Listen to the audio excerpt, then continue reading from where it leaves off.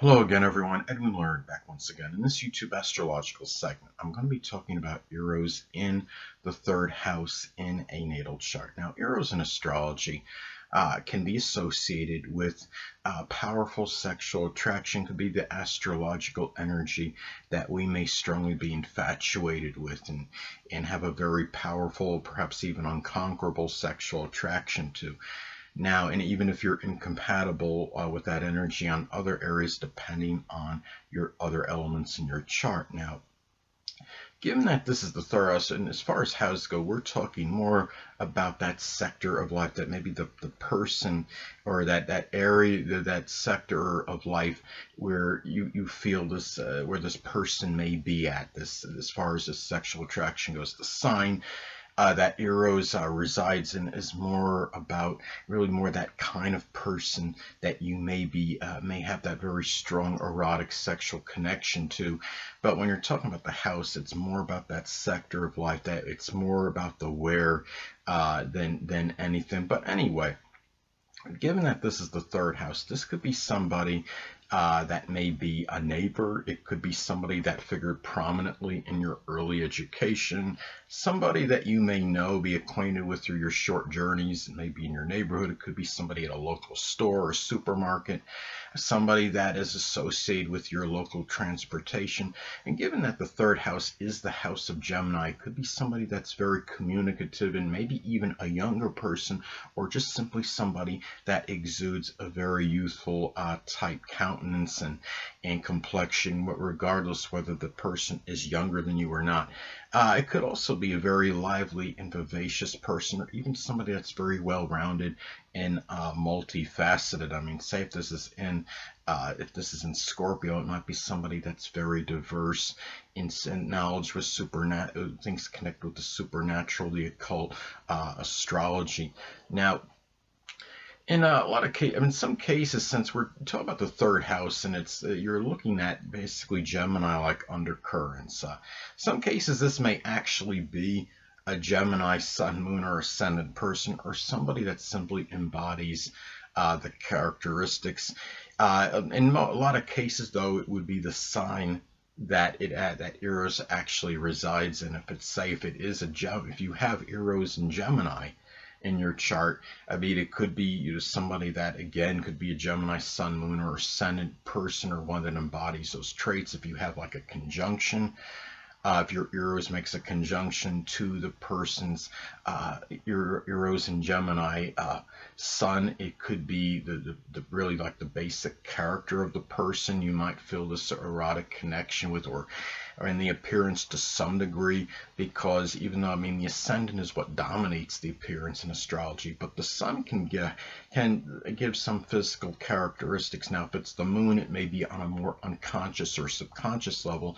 If it is the ascendant, that could reaffirm and confer a more physical connection, where the appearance is what might drive you sexually crazy. Gemini rising can often be very tall and slender and have lengthy features, often a high forehead, and something about that, just there's something about the intellectual cerebral look that might really get you going basically on a sexual level, as far as this goes, as an example. But anyway, we're talking about Eros in astrology can also be associated with what we might have an exceptionally, turn off as well, or be rebuffed by, or might just flat out reject or repudiate, because the Eros can be very extreme. It could represent or reflect what we might strongly be infatuated with, astrological energy we may strongly be enamored or infatuated with, but it could also be that energy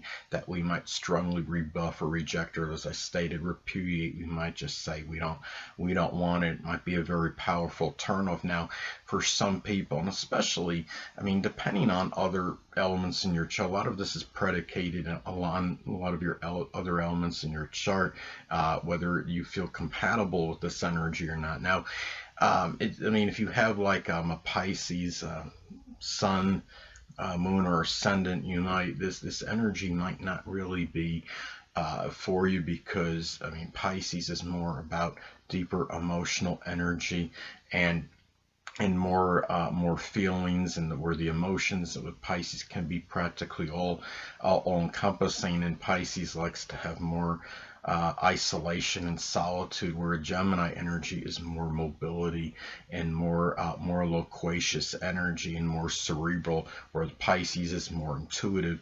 Now, again, the fact that if you might be, in some cases, as I stated before, where you might be exceptionally turned off by this energy. It could be where you're seeing this energy as somebody that's too cerebral or overly loquacious, uh, maybe too diversified in some cases.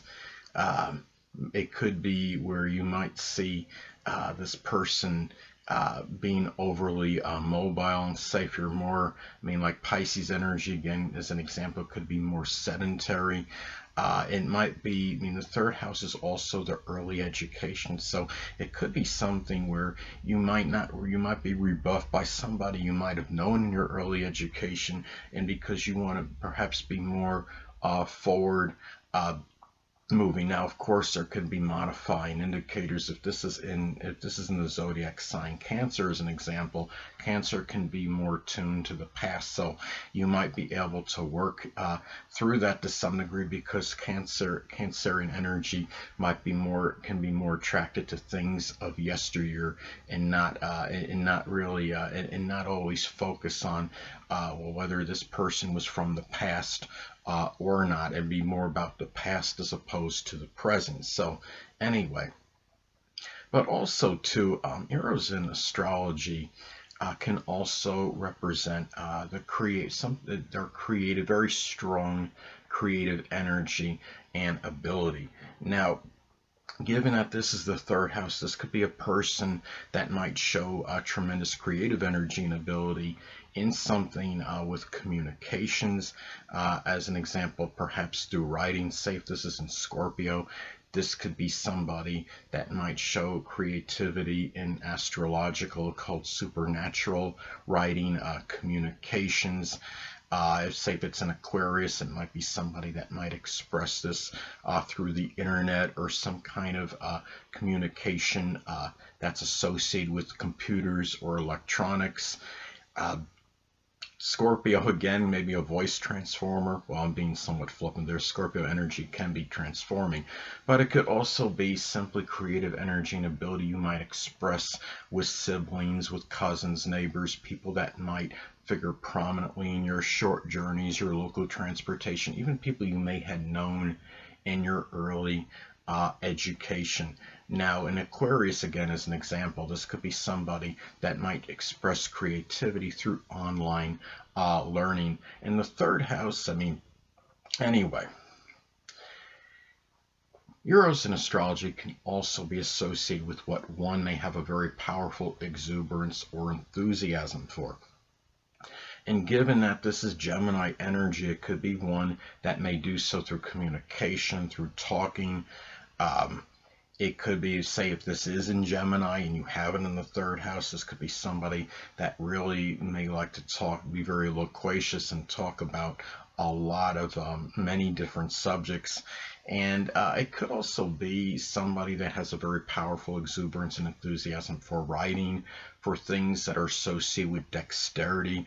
It could be, say, if you have this in Scorpio, again, as an example, Scorpio can be connected with very good mechanical skill and ability. It could be somebody that has a very powerful exuberance and enthusiasm for doing things of a dexterous nature, which requires the person to be very proficient as far as things of mechanical nature, bringing a lot of mechanical skill in the process. Using a lot of mechanical skill to do things of a dexterous nature, such as working on vehicles. It could also be somebody that really is enamored with assimilating information. It could just simply be through driving, going through different neighborhoods, mobility, short journeys, and even doing things with siblings, with cousins and neighbors as well. Say if this is in Sagittarius, it could be somebody that does think that really has a very powerful enthusiasm and exuberance for doing things of the outdoors with siblings, with cousins, neighbors, perhaps sports as an example. Anyway, well, as a one aspect example, let's say that this makes an adverse aspect to your natal Pluto in your chart.